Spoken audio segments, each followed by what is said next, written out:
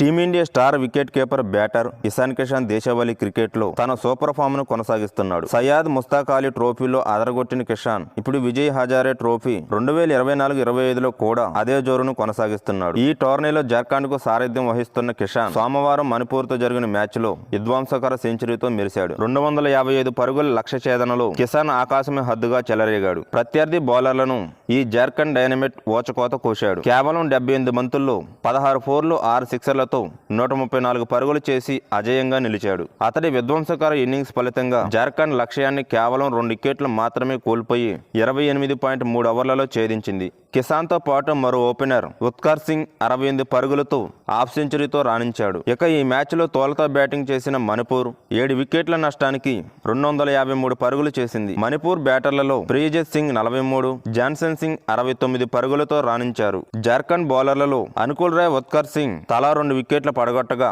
వికాస్ సింగ్, సుప్రియా చక్రవర్తి తలా వికెట్ సాధించారు. కాగా ఇషాన్ కిషాన్ గత కొంతకాలంగా జాతీయ జట్టుకు దూరంగా ఉంటున్న సంగతి తెలిసిందే. తమ ఆదేశాలను ధిక్కరించినందుకు బీసీసీఐ అతడిపై వేటు వేసింది. ఇప్పుడు దేశవాళీ క్రికెట్లో రాణిస్తూ రీ ఎంట్రీ దిశగా ఇషాన్ అడుగులు వేస్తున్నాడు.